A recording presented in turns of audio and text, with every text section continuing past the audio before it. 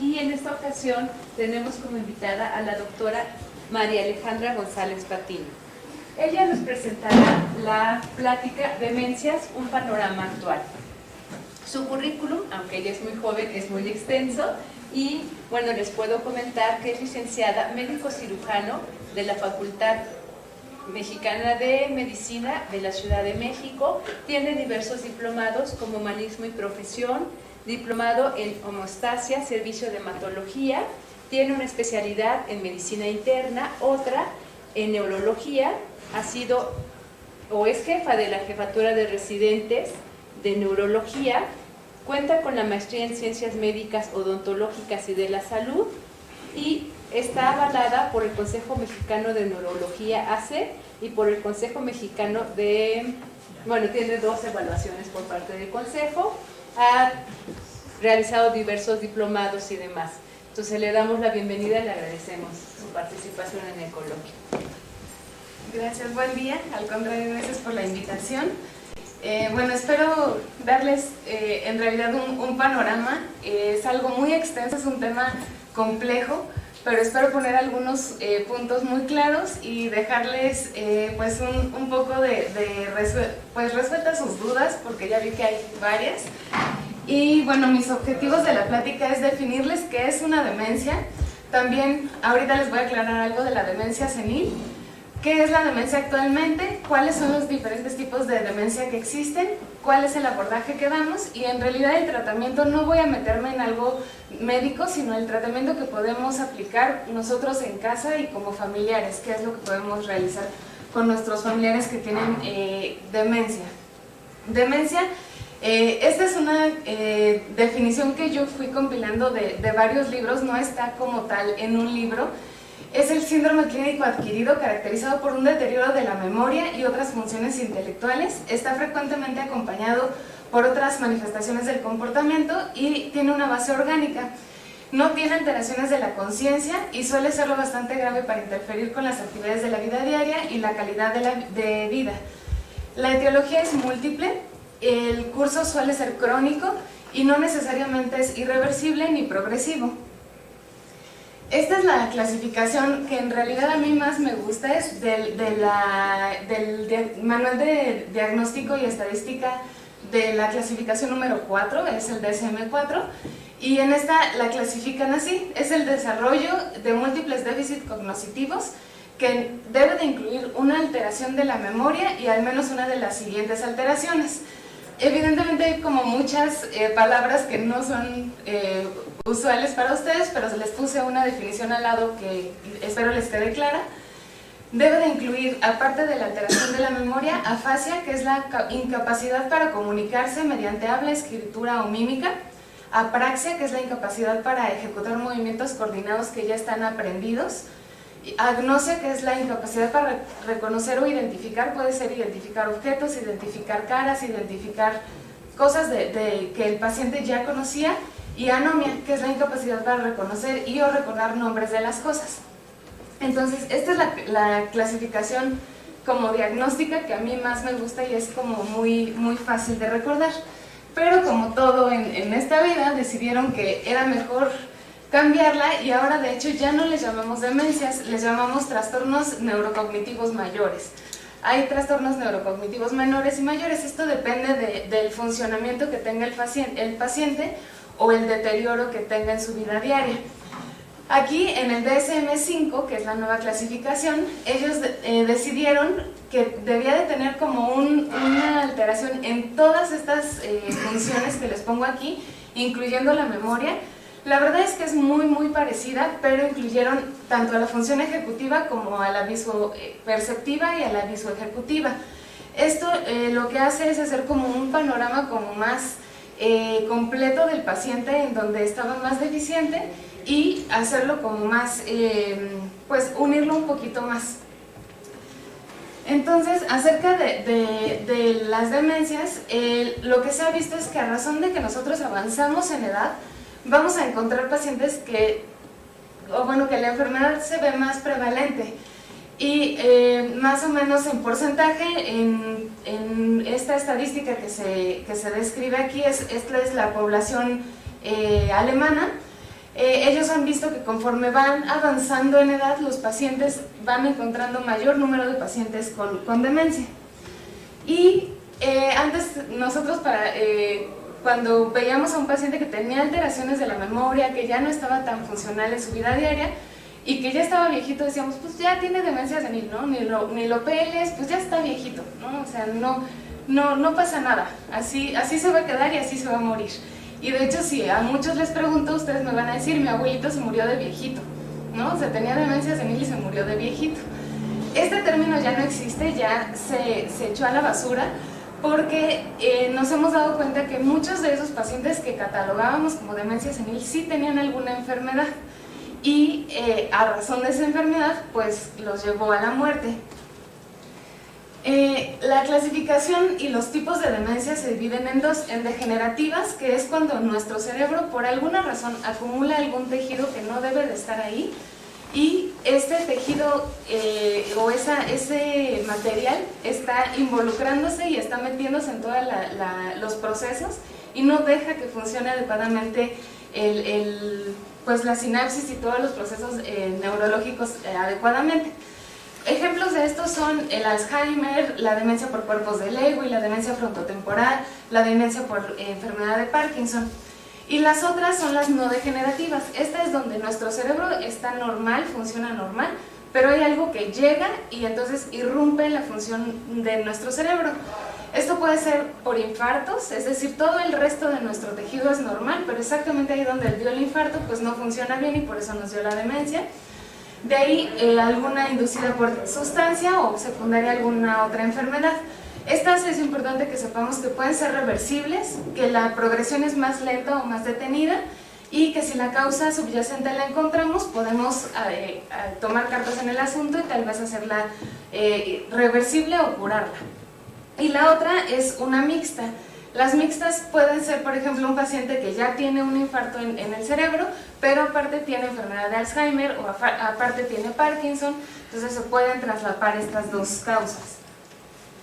Estos no los quiero aburrir, pero sí les quiero dejar claro que hay muchísimos tipos de demencias, porque cuando me pidieron que diera la plática me decían, de la de Alzheimer, y yo decía, es que se van a ir con la idea de que todas las demencias son Alzheimer. Y eso es lo que no quiero que salgan del auditorio y crean que todo el paciente que tiene este deterioro tiene Alzheimer. Se las voy a pasar muy rápido, pero para que vean todas las clasificaciones que hay ahorita. Dependiendo dónde nosotros estemos, hay primarias o degenerativas, que son las que ya les platiqué, corticales, subcorticales, focales, secundarias o no degenerativas, hay combinadas. De las corticales son todas estas, perdón, no se alcanza a ver muy bien por el proyector. De las degenerativas primarias son las que ya les platiqué y aquí hay otras de las cuales no les había hablado, que son más infrecuentes. Estas son las subcorticales, hay bastantes. En las subcorticales incluyen la enfermedad de Huntington, la parálisis supranuclear, bastantes. De ahí, de las vasculares, pues la podemos dividir en pequeño vaso, infarto estratégico, multiinfarto, vasculitis. Y de otras demencias secundarias, pues tenemos todas estas de origen infeccioso, endocrino, metabólico, carencial.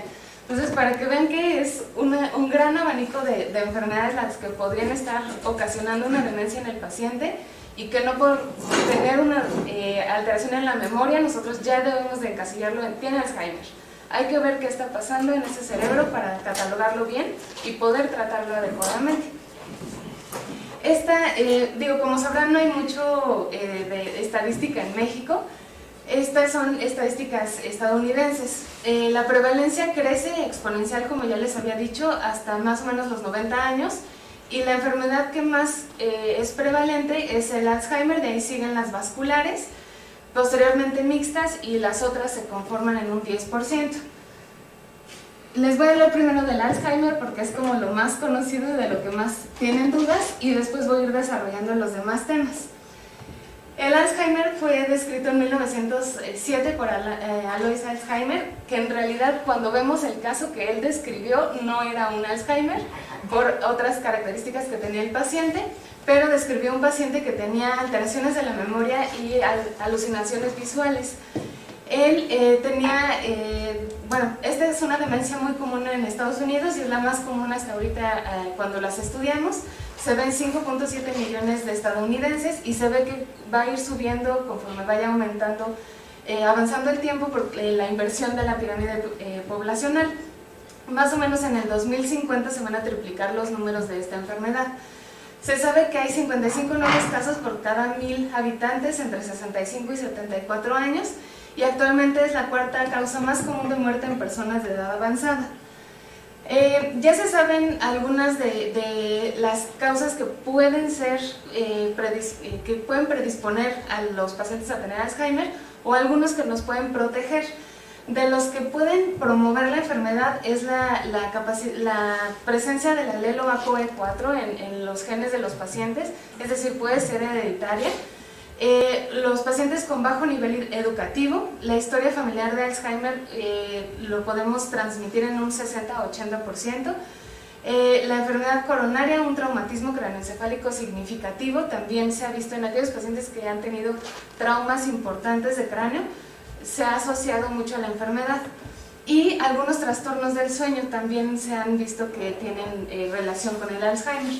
Factores protectores, el uso de analgésicos, en especial del ibuprofeno, salió hace poquito un estudio, no se sabe muy bien cuál es la relación, tal vez a razón de que esta enfermedad tiene mucho que ver con muchas cosas inflamatorias, entonces al usar fármacos antiinflamatorios se detiene un poquito la enfermedad.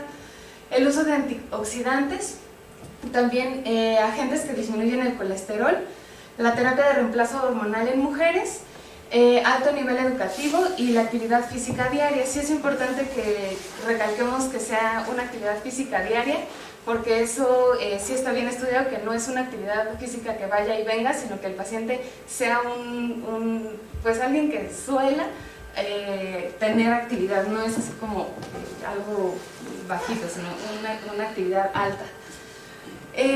Ellos, ¿qué es lo que más tienen? Ellos sí tienen alteraciones de la memoria. Lo que primero se afecta es la memoria episódica, de hechos recientes. Se les olvida que desayunaron, se les olvida que iban a la recámara, se les olvida qué iban a hacer en ese momento, ¿no? Son como cosas muy de ese momento. Pero no se afectan inicialmente la memoria episódica de hechos antiguos, ni la de trabajo. Es decir, si nosotros le pedimos que en ese momento vaya y prenda la estufa, el paciente puede ir y prender la estufa. Si nosotros le decimos, oye, ¿te acuerdas qué pasó en el 68? Les puede platicar todo lo que pasó en el 68. Son cosas como muy de ese momentito lo que se les olvida. Y tienen otras alteraciones, afasia, que es lo que les había platicado, que tienen alteraciones en el lenguaje, más bien es de la fluencia, es decir, sí van a decir, sí pueden hablar, pero se tardan como en acabar la frase. Y también tienen alteración en la búsqueda de palabras. En cuanto a las apraxias es muy curioso porque el paciente lo que hace es, sí se puede poner la camisa, sí se puede poner los zapatos, pero después ya no sabe cómo botonar la camisa, cómo botonar las agujetas, o se pone la camisa al revés. Tienen como ciertas alteraciones que van a ir progresando. Después uno les da la camisa y la camisa ya no saben qué es, ya no saben si se pone, si la tiran al piso, si sirve para cubrir algo, ya desconocen para qué sirve. Y otra de las características es la desorientación visual. Esto es muy clásico, que ustedes lleven al paciente al baño, lo dejan ahí, el paciente sale del baño, inclusive en su casa, ya no sabe cómo regresar a la habitación, se desorientan, ya desconocen el camino de regreso. Y evidentemente no van a empezar perdiéndose en su casa, como empiezan es perdiéndose en la calle, en un trayecto que ellos ya conocían, por ejemplo, del trabajo a su casa, ya se pierden en esos trayectos y al final pues ya más deteriorados se pierden adentro de su casa. Además de estas características, ellos tienen alteraciones neuropsiquiátricas porque se dan cuenta, ¿no?, de todo esto que les está limitando y de lo que les está pasando. Empiezan con depresión, con ansiedad, apatía, están muy irritables, tienen alteraciones del sueño, alteraciones en el afecto o en el humor, cambios de la personalidad y cambios en la conducta. Y algo muy importante es que cuando llegan con nosotros a consulta, generalmente el examen neurológico es normal. no vamos a encontrar nada más que alteraciones en las funciones mentales, no en algo de la exploración neurológica. En la patología lo que hay es estos depósitos de proteína tau que van a ser como unas marañas que no van a permitir que la sinapsis fluya como debe de fluir, estorban, ¿no?, en todo el tejido nervioso.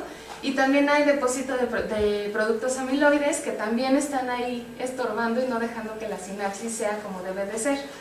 Y les traigo esta diapositiva en la cual vemos cómo hay diferentes estadios de la enfermedad y que a lo largo de los años pueden ir viendo cómo el paciente se deteriora.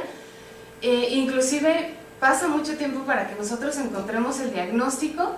Y digo, aquí lo ponen a 7 años, en la bibliografía varía un poquito, puede ir de 7 a 9 años, pero un paciente bien atendido inclusive puede estar mucho más tiempo funcional y sin complicaciones. La mayoría de estos pacientes de lo que llegan a fallecer es por problemas respiratorios, neumonías, cosas así, porque ya no se mueven y entonces empiezan a tener alteraciones de la ventilación. Aquí les pongo una comparación entre un cerebro enfermo y un cerebro sano para que vean cómo se va perdiendo tejido cerebral. En especial, empieza a perderse en los lóbulos temporales y de ahí empieza una atrofia generalizada. Los lóbulos temporales se encargan de la memoria, por eso es que empiezan cosas de la memoria y después de todo lo demás. Después de Alzheimer viene la demencia vascular. En México es de la segunda más común y esta es a razón de múltiples lesiones isquémicas o hemorrágicas en el cerebro y esta suele estar ausente de cualquier otra alteración que puede provocar demencia por sí misma. Es decir, si tuviéramos Alzheimer y demencia ya la llamaríamos mixta. Digo, Alzheimer y demencia vascular la llamaríamos mixta, no demencia vascular. Aquí nada más hay un infarto y entonces el paciente empieza con un deterioro de la función. Hay muchos factores que lo pueden predisponer, por ejemplo la edad, la raza, el género, el nivel de escolaridad, si el paciente es hipertenso, si fuma, si tiene un infarto al miocardio, si es diabético, si tiene alto el colesterol, los triglicéridos. La localización del infarto es importante, evidentemente si abarca sitios estratégicos donde está la memoria, pues va a ser más fácil que tenga una demencia a que si abarca una zona motora o una zona que no involucre tanto la memoria. Y el volumen del infarto, si es un infarto pequeño puede ser que ni cuenta nos demos, en cambio si son muchos y pequeños, más deterioro va a tener. Esta es la clasificación, la cual se ha ido modificando a lo largo del tiempo y depende de si el infarto es múltiple, si es estratégico, si es pequeño, si es grande, si es a razón de una hemorragia, si es por isquemia o si tiene alguna otra enfermedad que la acompañe. Aquí les pongo un ejemplo.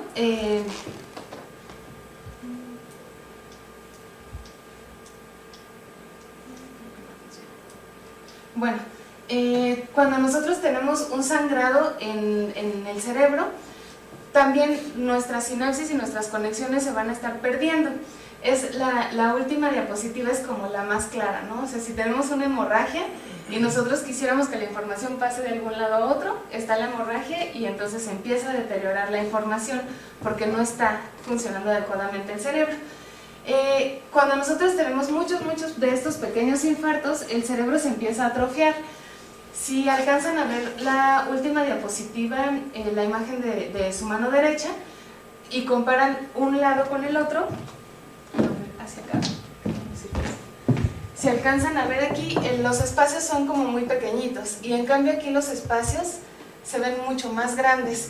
Este cerebro ya tuvo muchos infartitos y entonces se empieza a hacer chiquito, se empieza a atrofiar y la capacidad del paciente de generar procesos cognitivos pues se ve deteriorada.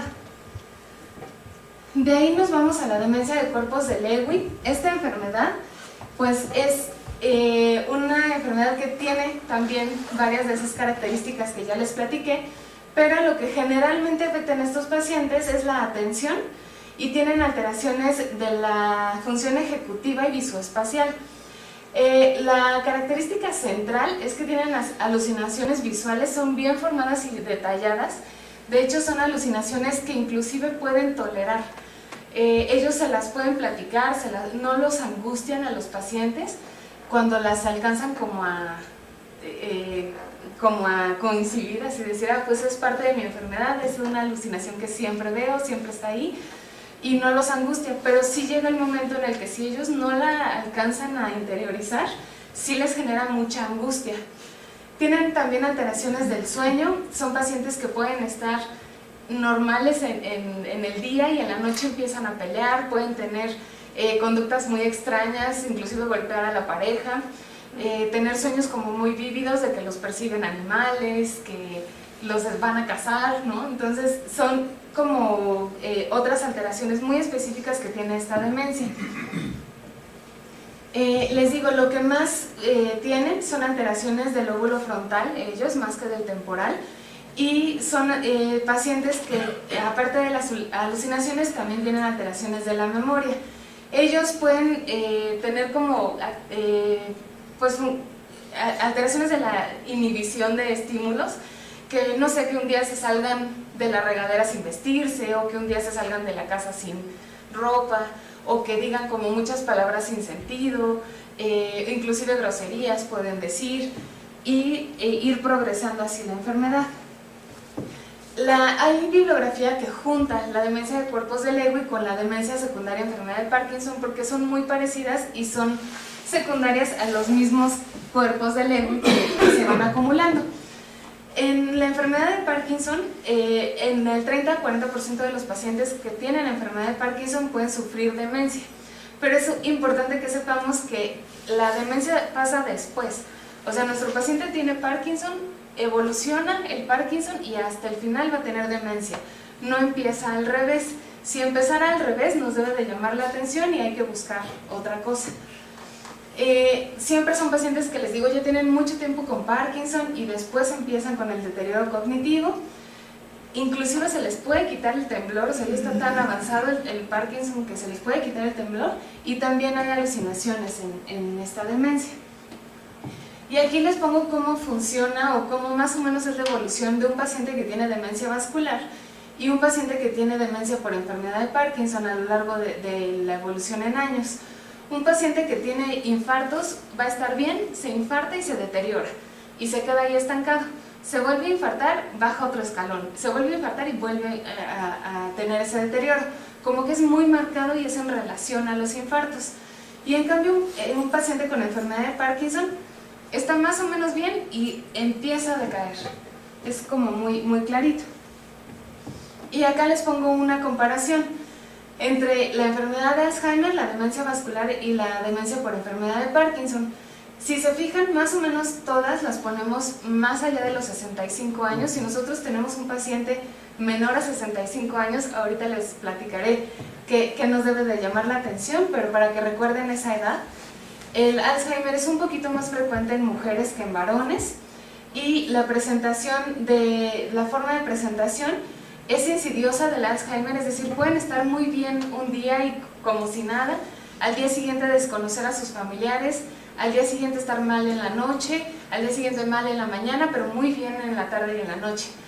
En la demencia vascular es súbito, es relacionado al infarto, ¿no? O sea, se infartan, se ponen mal y ahí empieza el deterioro. Y también en la enfermedad de Parkinson es insidiosa. En la curva evolutiva, en la enfermedad de Alzheimer es lentamente progresiva, como les decía, podemos ir como fluctuando inclusive. En la demencia vascular es, como les enseñé, escalonada, y en la de Parkinson es progresiva conforme avanza la enfermedad. Y de los datos distintivos, para recalcar un poquito, pues en la de Alzheimer tenemos fallas tempranas de la memoria y funciones corticales.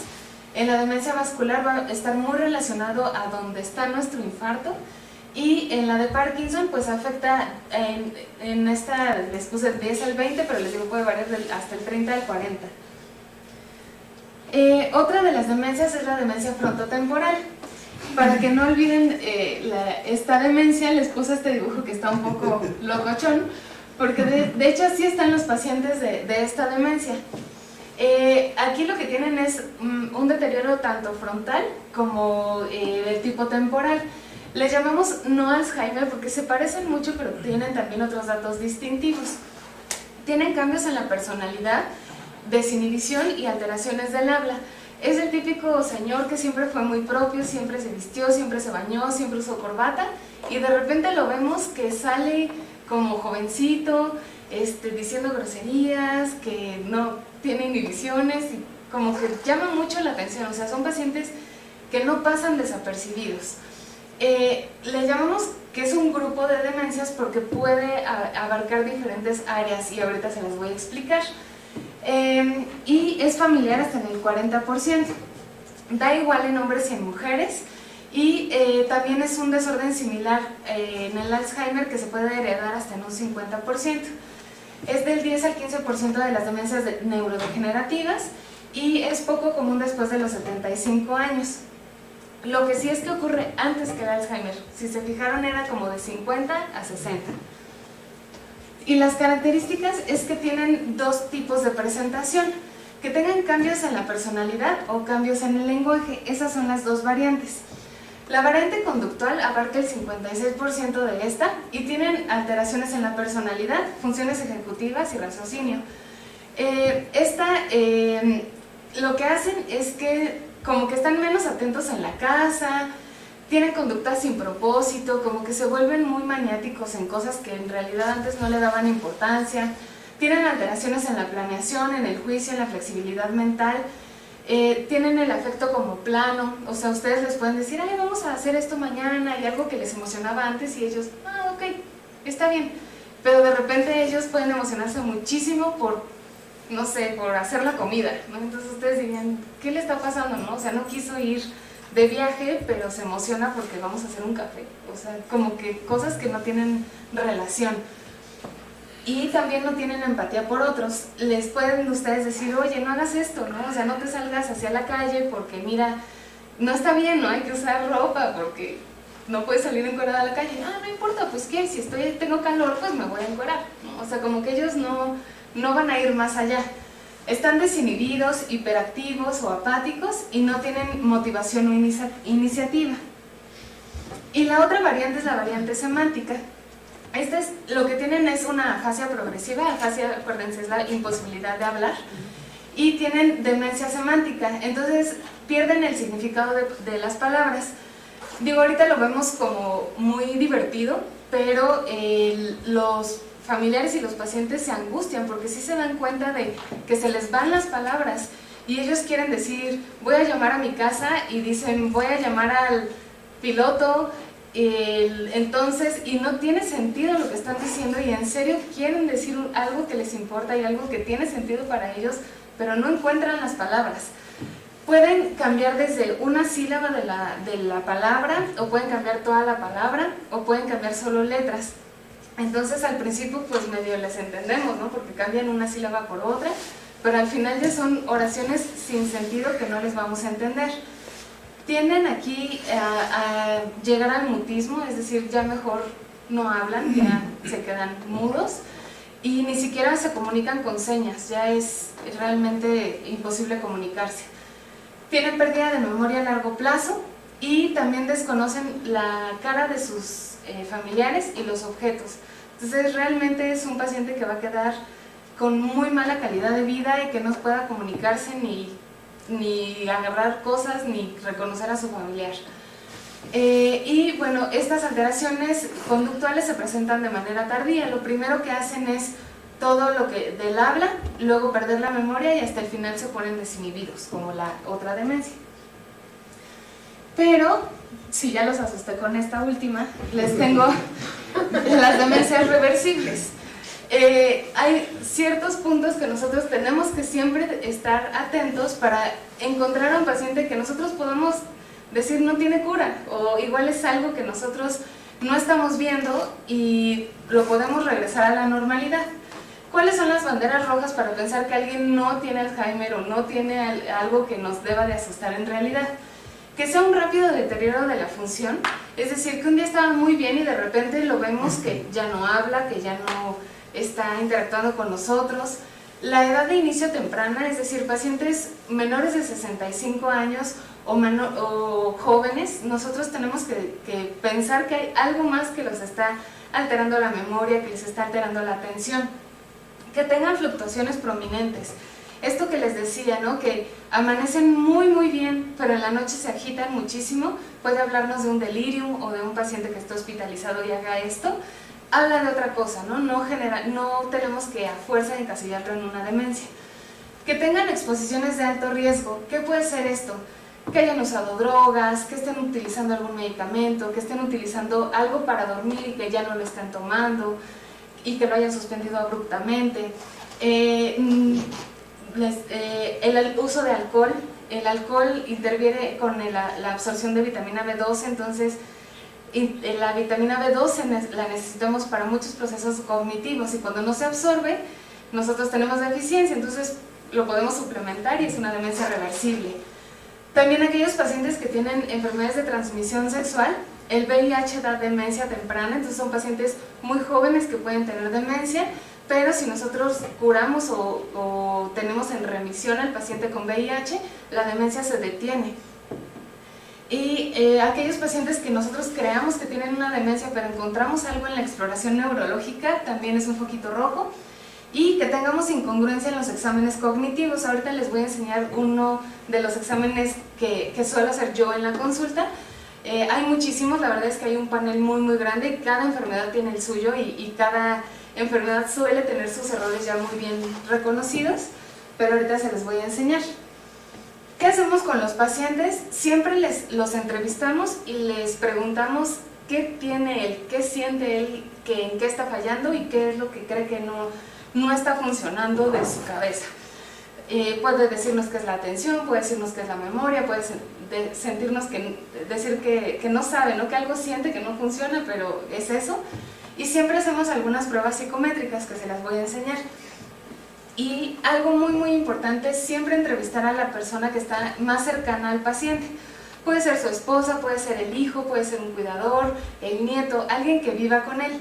Y hay que hacer unas preguntas como muy encausadas, porque generalmente las demencias, como van tan lento, no nos damos cuenta. O sea, pueden ser detalles muy chiquitos y el paciente y el familiar los pasaron por alto. Obviamente hacer un examen físico, un examen neurológico, y hay algunos procedimientos que solemos hacer dependiendo de lo que estemos pensando. Puede ser una punción lumbar, un electroencefalograma, una tomografía, una tomografía por emisión de positrones, un SPECT o una resonancia magnética, y también algunos exámenes de sangre, por lo que les comentaba que algunas de ellas son reversibles y podemos encontrar alguna alteración que podamos revertir. Este es un examen que es muy sencillo hacer, les digo, hay muchos, este es el que yo conozco más y que es el que suelo aplicarle a mis pacientes, y la otra ventaja es que es muy rápido, entonces lo podemos hacer en la consulta y encontrar algunas fallas. Otra ventaja que tiene es que también existen en diferentes lenguajes y se puede aplicar a diferentes poblaciones. Es el examen de Montreal, es el MoCA, así lo conocemos, y evalúa diferentes espectros. El primero es la función visoespacial o ejecutiva. Le pedimos al paciente que una el número con la letra y luego subsecuentemente el número que sigue con la letra que sigue. De ahí que copie el cubo lo más exacto que pueda y que dibuja un reloj de manecillas con la hora de las 11:10. Eso genera ciertos puntos. Luego está la identificación de animales, que de hecho hay como varias variantes de esta escala, porque muchos no reconocían al rinoceronte. Entonces, bueno, cambiaron el animal, pero también esto les otorga puntos. Y en el siguiente se evalúa la memoria. Aquí les damos estas 5 palabras, les pedimos que las memoricen y al terminar el examen les preguntamos qué palabras son. La siguiente parte evalúa la atención, le damos una serie de números en las cuales son 5 números que nos lo tienen que repetir y después le damos 3 números que nos lo tienen que decir al revés. En la siguiente evaluamos la parte frontal, que le pedimos al paciente que cada vez que nosotros digamos la letra A, él tiene que dar un golpe en el escritorio. Y esto evalúa que él limite sus impulsos y también que siga instrucciones. Hay pacientes que uno va diciendo otras letras y están dando tapping en la mesa sin que sea la letra A, y hay otros que uno puede acabar la serie de letras y nunca dijeron letra A. La siguiente es restar del 100, 7 en 7, y esto evalúa la atención del paciente. La siguiente es el lenguaje, y le pedimos que repita algunas palabras, puede ser las que están aquí, que son medio complicadas, o una que yo les digo es yo no voy si tú no vas conmigo. En la siguiente les pedimos que hagan abstracción, les pedimos que comparen en qué se parece, yo les digo, ¿no? Una manzana y una naranja son frutas, entonces si usted tiene un tren y una bicicleta, ¿en qué se parecen? O un reloj y una regla, o puede ser lo que sea. Y abajo les pedimos las letras, digo las palabras que les mencionamos en la parte anterior, que eran rostro, seda, iglesia, clavel y rojo. Y abajo les pedimos que cuáles de ellas los recuerdan sin ninguna pista, luego les damos una pista de categoría y luego una pista de elección múltiple. Solamente cuentan aquellas que recordó sin ninguna pista. Y la siguiente es la orientación. El total da 30 puntos, y bueno, de ahí nosotros tenemos que pedirle, perdón, se me olvidó uno de lenguaje, que les pedimos que en un minuto digan todas las letras que sepan con la letra, todas las palabras que sepan con la letra P, y vamos calculándolas, deben de decir más de 11 palabras en un minuto. El test debe de dar un total de 30 puntos, si ellos tienen menos de 30 puntos hay varios scores que nos dicen si es una demencia leve o mayor, y también cada una de las fallas nos dice qué enfermedad podría tener. Les digo, este es solo uno de los que hay, este es el que más me gusta a mí porque es un poquito rápido y nos da un panorama general. Ahora, ¿qué obstáculos nos encontramos cuando vamos en la consulta al paciente? La primera es la familia, porque generalmente nosotros no queremos que nuestro familiar esté enfermo, ¿no? Entonces cuando llegas lo que quieres es que te digan no tiene nada, pero cuando te dicen que sí tiene algo, lo niegas. Eso es parte del duelo, es normal y es normal que suceda. Entonces suele ser que la esposa diga, no, ¿cómo? Si él es el que me ayuda a mí, si él es el que era el proveedor de la casa, ¿cómo es el que va a estar mal?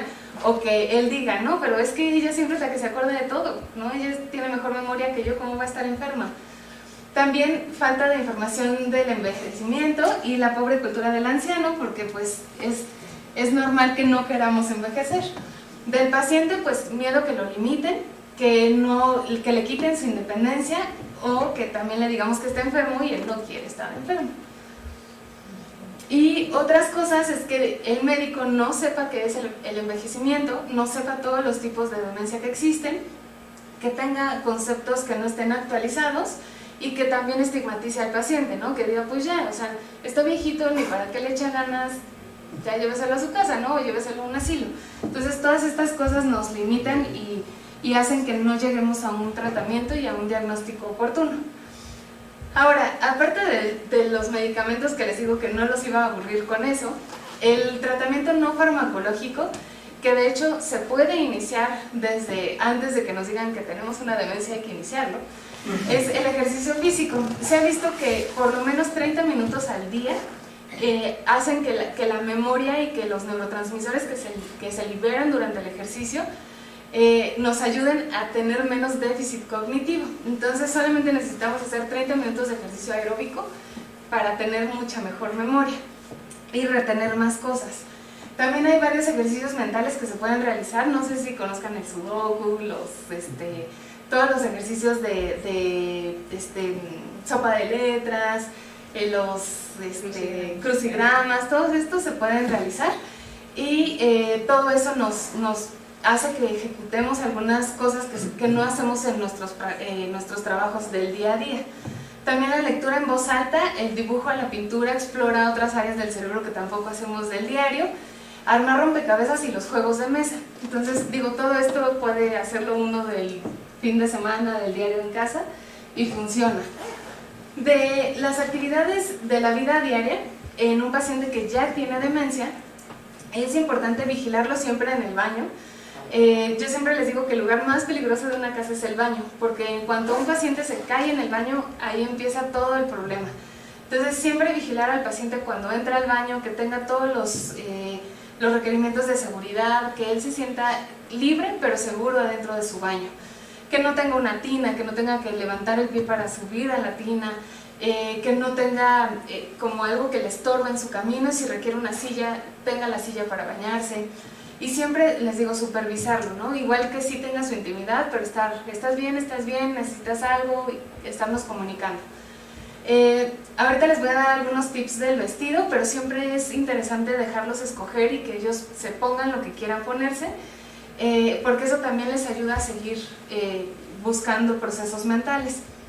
En cuanto a la alimentación, es difícil porque inclusive a ellos ya se les olvida para qué sirve un tenedor, para qué sirve una cuchara, entonces hay que irlos ayudando, pero dejarlos. Es como, se va a escuchar un poco feo, pero es un poco del retroceso que ahora tenemos como si fuera un bebé. A un bebé nosotros quisiéramos que comiera con un tenedor y un cuchillo, pero podemos darle una cuchara. O sea, si él funciona comiendo con una cuchara, démosle la cuchara y que coma, aunque sea con la cuchara, y él lo haga solo e independiente. En cuanto a la movilización, siempre que intentar que esté fuera de cama, la cama solo es para dormir, porque si no empiezan con trastornos del sueño, y vigilarlos que tengan un lugar libre para caminar, que si necesitan bastón o andadera o alguien que los ayude esté con ellos. Y bueno, siempre va a haber alteración del control de esfínteres, y la otra es que si no, les cuesta trabajo llegar al baño. Entonces, intentar que no sea algo incómodo para ellos, decirle no pasa nada, mira tienes pañal, o vamos a intentar usar pañal, no pasa nada, si no lo usas mejor, pero si lo usas no pasa nada, lo cambiamos, ponemos otros, y hacer que se sienta lo más cómodo posible. Y del abordaje integral, pues darle información y apoyo a la familia. Siempre es importante acompañarlos porque es algo nuevo, evidentemente es algo que ellos no planearon y es algo que no saben qué van a hacer. Hay muchos grupos ahora ya en Facebook, en Twitter, que pueden ir acompañando a la familia, y reuniones en donde pueden acompañarse del paciente y la familia, y quieran o no sentirse menos solo es más fácil, ¿no? También elaborar un plan de cuidados. Yo siempre les digo que tener a un solo cuidador de la familia es terrible. Tienen que tener diferentes roles, ¿no? Alguien que se dedique de lunes a miércoles, alguien que le siga, o alguien que vaya en las mañanas y alguien que vaya en las noches, porque algo que se sabe muy bien es que el desgaste del cuidador es lo peor que le puede pasar al paciente, porque lo descuidan. O sea, llega el momento en el que ya el cuidador ya no puede. Y evidentemente hacer una atención integral del paciente, no olvidar que es alguien que también se le puede picar una muela, también quiere ir al salón de belleza, también quiere, igual se le enterró una uña, o también quiere salir, ir por un helado, ¿no? O sea, hacer que lo revisen enterito, y que no encasillarlo solo, tiene demencia y ya, ¿no? También puede darle una gripa, una infección urinaria. Darles tratamiento sintomático. Estos pacientes pues están postrados mucho tiempo, entonces darles tratamiento para el dolor, rehabilitación, enseñarles a caminar, enseñarles cuál es la mejor forma de levantarse, de sentarse, de agacharse, y pues atender al cuidador, ¿no? Porque les digo, llega el momento en el que el cuidador primario ya no puede más y empieza a descuidar al enfermo. Y pues esta me la encontré, la verdad sí me la robé de una página de internet, y me gustó mucho porque es como las pautas para comunicarse con una persona con demencia. Hay que hacerle preguntas sencillas como ¿tienes frío? ¿Quieres salir? O sea, que él conteste sí o no, que no nos va a contestar algo muy largo y muy complejo. Entonces hacerle preguntas sencillas, utilizar lenguaje simplificado. Elige qué camisa quieres hoy, y eso es algo que les decía, ¿no? Mostrarle a él para que él pueda elegir y él pueda armar su vestimenta. No razonar ni discutir, ellos ya no tienen ese proceso de justificar sus respuestas. No dar lecciones ni avergonzarlos, porque tampoco vamos a hacer, es como un niño muy chiquito, o sea, en realidad él solamente quiere que le enseñes el camino, ya no vamos a llegar a más. Nunca decirles ya te dije o regañarlos, siempre repetirles las veces que sea necesario las cosas que queramos que hagan, porque se les olvida. Y no hable con otros delante de la persona como si no estuviera, o sea, saber que ellos siguen escuchando, siguen entendiendo, siguen estando presentes, y pues evidentemente se sienten mal con su propia enfermedad. Nunca decirles, pero no te acuerdas, porque pues evidentemente no se acuerdan, entonces hay que tener conciencia de eso, y cambiar el no puedes por haz lo que puedas. yo a muchos de mis pacientes les digo al familiar, bueno, ¿él qué puede hacer? No, pues puede doblar calcetines. Digo, todo el mundo tiene una pila de calcetines que nadie quiere hacer bolita, entonces dele la pila de calcetines para que los haga bolita y junte par con par. Eso es una tarea compleja. Muchos de mis pacientes los pongo a separar las lentejas, los frijoles, ¿no? Eso también es una tarea que lleva tiempo y que pueden estar ahí platicando en la cocina y él se siente útil, ¿no? En lo que el otro está en la cocina, en la estufa, que ellos ya no pueden estar, ellos pueden estar separando o estar, pues, no sé, haciendo alguna tarea más sencilla que no involucre cuchillos o cosas así, ¿no? Pero siempre involucrarlos en las tareas y no dejarlos solos, ¿no? Porque entre más solos estén, menos procesos mentales generan y más se deterioran. Y pues eso es todo, no sé si tengan alguna duda, alguna inquietud.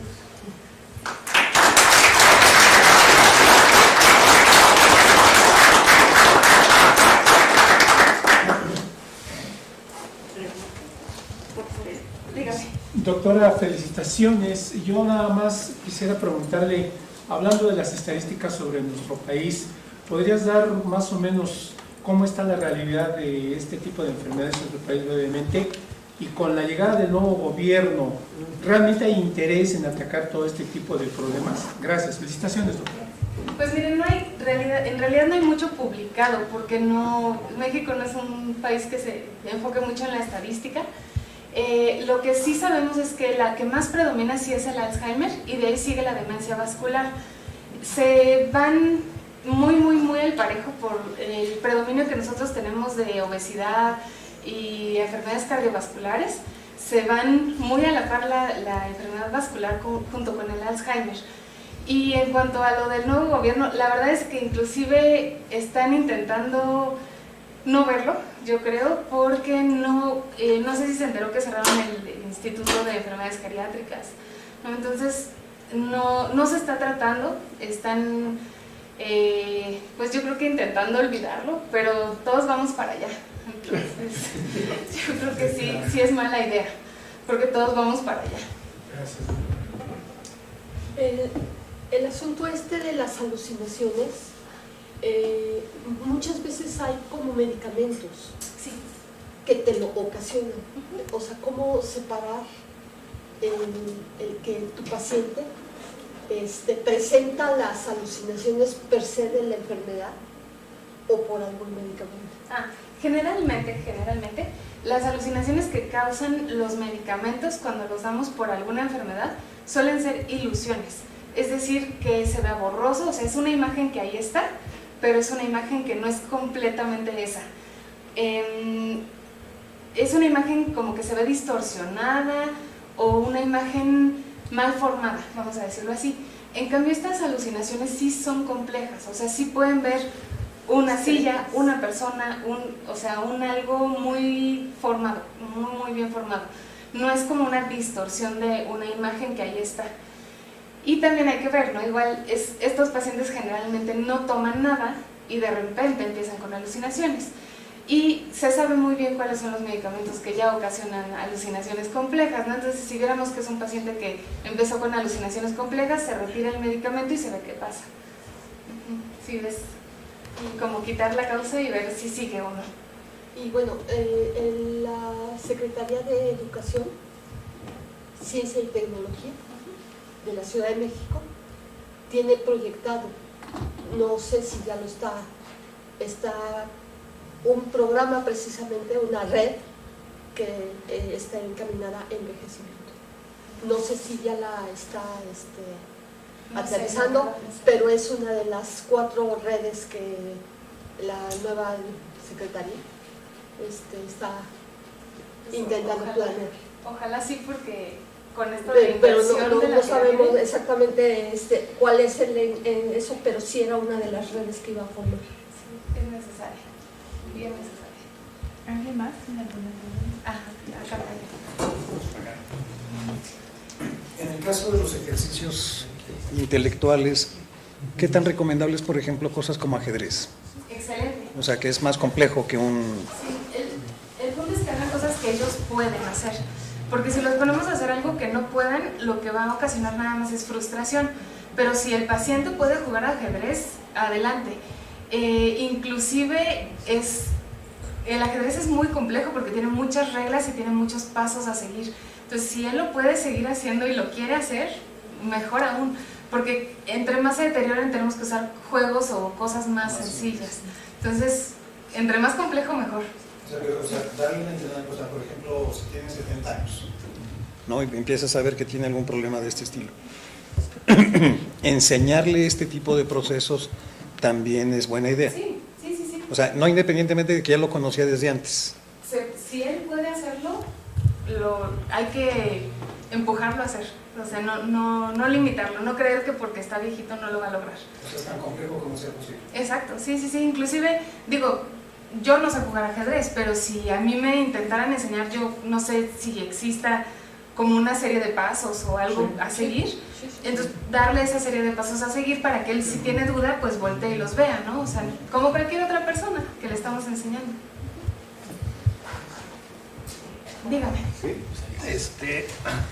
Bueno, serían dos cosas. Primero, aunque en México no haya estadísticas, si más o menos tienen idea o se conoce de la gente que tiene 65 o más años en el país, ¿qué porcentaje de esta población tiene problemas de demencia de alguno de tantos tipos que pueden existir, ¿no? Esa es una pregunta. Bueno, no sé si, perdón, porque pues la verdad no la conozco, o sea, como tal así, franca no la conozco, pero es muy similar, muy similar porque nuestras estadísticas se parecen mucho a las de Estados Unidos. Entonces nuestra población, por el riesgo que tiene cardiovascular, debe de ser muy similar. ¿Y de cuál es la de Estados Unidos? ¿No sabe? Sí, la que le puse acá. Ah, perdón. Está hasta el principio. Déjenme si la pongo acá. Que es uno de cada... Aquí. Más o menos son 5.7 millones actualmente de estadounidenses que tienen la enfermedad. Y son 55 nuevos casos por cada 1000 habitantes. Digamos que 6 millones en 300 millones, más o menos, ¿no? Sí. O sea que por 2%. 6 de 300. Somos 130 millones de mexicanos y mexicanas, ¿le echamos casos? No, ahí son de Estados Unidos. Perdón, y la otra pregunta iba más, ¿cómo pueden asociar, me llamó la atención, cómo pueden asociar el nivel educativo a un problema de demencia? O sea, es decir, si yo no tuve la fortuna de ir a la escuela o mi nivel de instrucción es muy bajo, tengo más probabilidades de sufrir demencia. O sea, no entiendo yo cómo sacan esa correlación, más que a partir de estadísticas, cuando ya los dementes, pues resulta que se ve que estudió o no estudió, hasta dónde llegó, ¿no? Sí. Lo que pasa es que cuando uno genera más conocimiento, genera más sinapsis, más tejido cerebral, más conexiones. Y entre más sabe uno, más conexiones tiene, voy a ponerlo así. Entonces tienes más reserva. Cuando a uno le quitan un poquito, si tienes un pastel pequeño, tienes más déficit. En cambio, si tienes un pastel grande y te quitan la misma proporción, todavía tienes más reserva. Esa es la razón, o sea, tienes más de dónde obtener información y de dónde sacar recursos, ¿no? O sea, es por esa la razón y la respuesta, o sea, tienes más reserva cognitiva de dónde responder a los estímulos. Pero, perdón, a lo mejor aquí hay psicólogos y todo, entonces seguro van a tener una respuesta.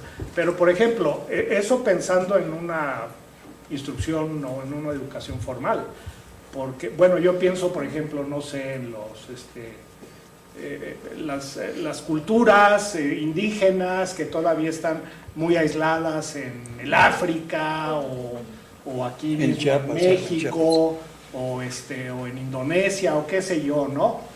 Donde pues no tienen una educación, tienen una cultura, eso sí, o sea, y se instruyen o aprenden a hacer ciertas cosas, a lo mejor probablemente muy básicas o muy sencillas, no lo sé hasta dónde se considere eso, ¿no? Pero pues yo no veo que así que los Masái y Maras se vuelvan locos o haya más dementes no entiendo muy bien esa parte, no me queda claro.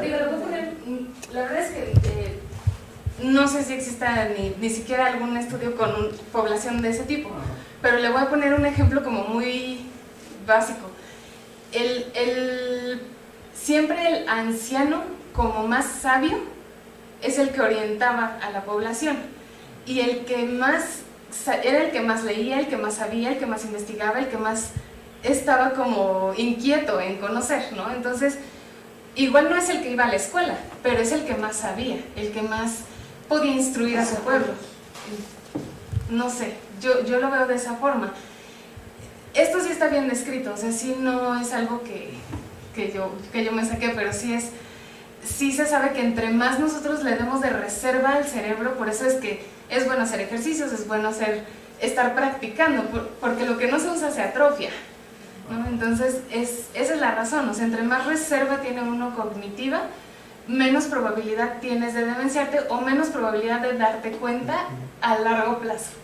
O sea, que te demencies más largo plazo. Gracias. Bien.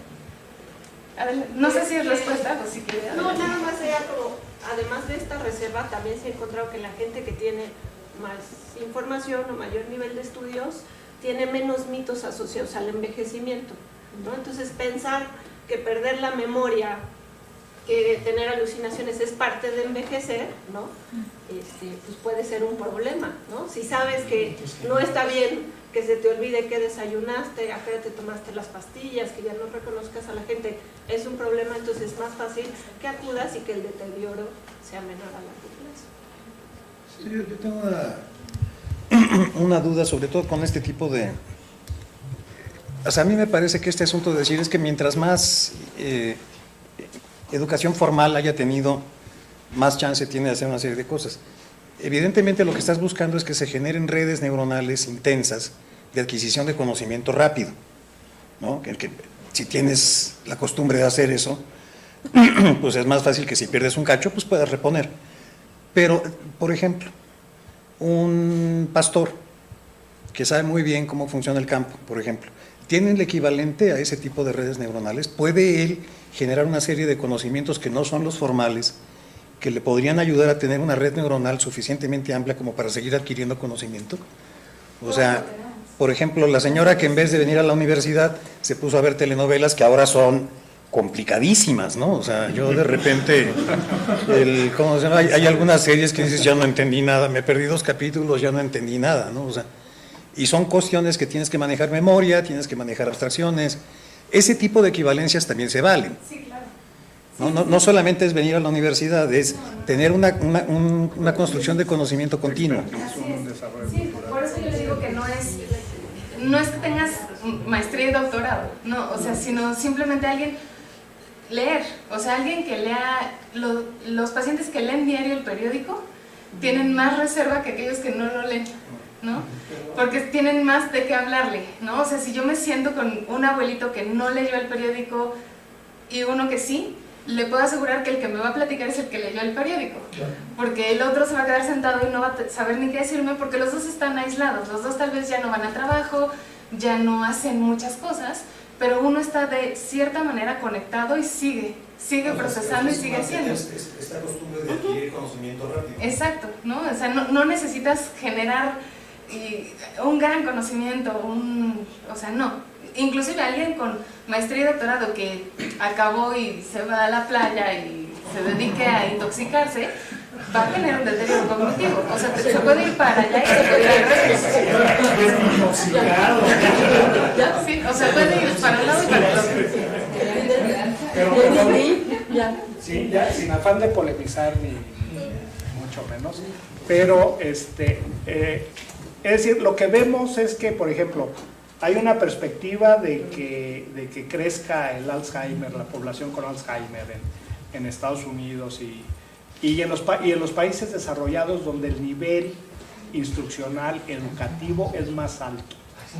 ¿Sí? En general, en promedio, la gente tiene una escolaridad superior, la gente tiene ¿no? Las maestrías, hay más doctores en Estados Unidos que en México, y hay más doctores en Francia que en Nigeria, ¿sí? Y sin embargo, allá la tendencia en esos países con un altísimo nivel, en algunos de ellos, de instrucción o de educación, pues la tendencia a la demencia no solo no es estable, sino está creciendo. ¿Sí? Entonces, como es ahí donde a mí me causa esa contradicción, ¿no? O sea, Imagínense aquí. pues no lo sé, es que no lo sé, si, por eso de origen era mi pregunta, ¿no? Sí, sí. ¿Sí? No sé, ¿Qué pasa en si México, no? Si es que ocurra más ahí o se dan más cuenta. No lo sé. La cosa es que está creciendo, ¿no?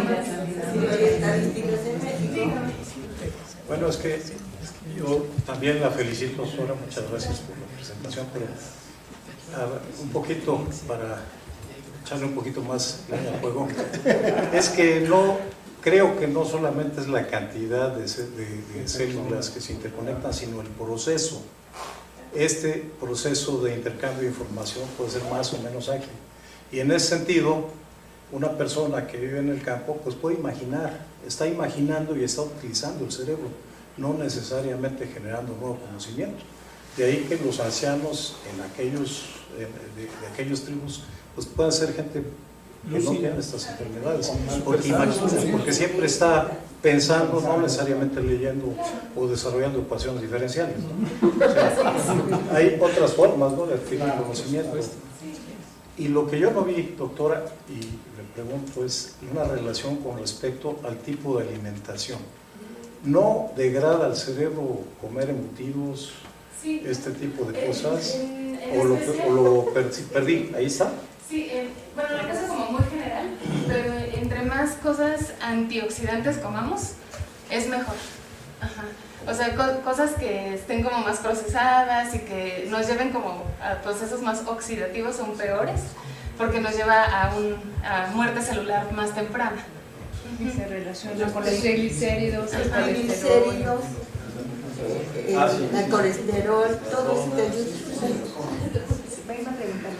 Las dos, ¿no? Pero yo tengo una duda, con lo que decía el señor de allá en cuanto al ajedrez, ¿hasta qué punto puede enseñarle uno? El ajedrez llega a ser complicado, llega a ser conflictivo. Si la persona con Alzheimer, con demencia vascular, llega a conflictuarse en hacer esa tarea, hasta lo tenemos que retirar, o qué otras actividades podemos meterle aparte del... Sí, lo ideal es darle algo que lo motive y que le guste. Porque si nosotros le damos algo que lo frustre y que vea que él no lo va a poder hacer, va a ser peor. Porque se deprimen más, va a estar como más apagado, no lo va a querer hacer. Entonces necesitamos algo que lo motive, que le guste y que al día siguiente se quiera levantar a hacerlo. Y que no estemos peleando con él, porque si no se va a convertir en una pelea cuidador-enfermo y no llegas a nada. Entonces tiene que ser algo que lo motive y que tú sepas que sí le va a llevar a algo, porque si no es puro pleito y no lo lleva a ser mejor. Bueno, mi papá le encantaba pelearse conmigo. Se mantenía activo. Bueno, muy bien. Pues les agradezco. Ah, perdón. El otro día leí en una revista no formal que el género de lectura ayuda a retardar la aparición del Alzheimer. Que una persona que lee ciencia ficción tiende a retrasar la aparición de Alzheimer, o incluso Ese no sé. ya una persona con Alzheimer tiende a recuperar las capacidades perdidas si lee ciencia ficción. ¿Hay algo de esto? Tiene relación un poco a lo que han estado diciendo. Lo que pasa es que hacen una lectura que nos da todo, no nos ayuda a imaginar o a ver qué es lo que va a pasar. Por ejemplo, el género de ciencia ficción, uno está pensando todos los posibles escenarios que podrían llegar a suceder. ¿Quién puede ser el que mató? ¿Quién es el que, por dónde se escapó? ¿Con qué lo mató? Entonces, todos esos escenarios generan ciertas planeaciones. Por eso es que es una lectura más compleja. En cambio, si nosotros estamos leyendo un cómic que ya nos da la imagen, que ya nos da 2, 3 palabras, todo ya está ahí puesto y es una lectura muy sencilla. Sí tiene algo que ver, o mucho, ¿no? Porque es algo más que lleva a más procesos, ¿no? No solamente, inclusive no nos da lo visual, ¿no? O sea, tú tienes que imaginarte la cara del asesino, por dónde fue, por dónde va a atacar, a quién fue, ¿no? Entonces, sí es más compleja esa lectura. No lo he leído, pero lo supongo, ¿no? Que es una lectura que lleva a más. Al igual que ver una telenovela que ya te da todo, a ver una serie más compleja, ¿no? Que aún así creo que es mejor un libro. Ya nadie tiene más preguntas.